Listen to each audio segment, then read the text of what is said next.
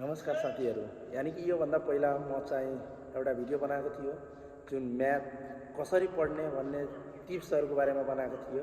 अनि आज चाहिँ विभिन्न साथीहरूको प्रश्नले गर्दा त्यो म चाहिँ यो भिडियो बनाउन बाध्य भएँ। वास्तवमा अब धेरै जसो मान्छेहरूको चाहिँ प्रश्न रहेको छ कि हामीहरू म्याथ किन पढ्छौँ भनेर, अनि म्याथ चाहिँ हाम्रो भविष्यमा के कसरी काम लाग्छ भन्ने कुराको बारेमा।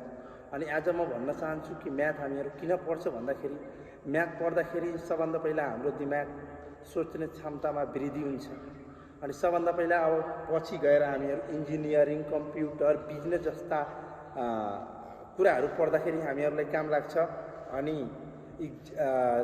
त्यो प्रब्लम सोल्भिङ स्किल बढ्छ।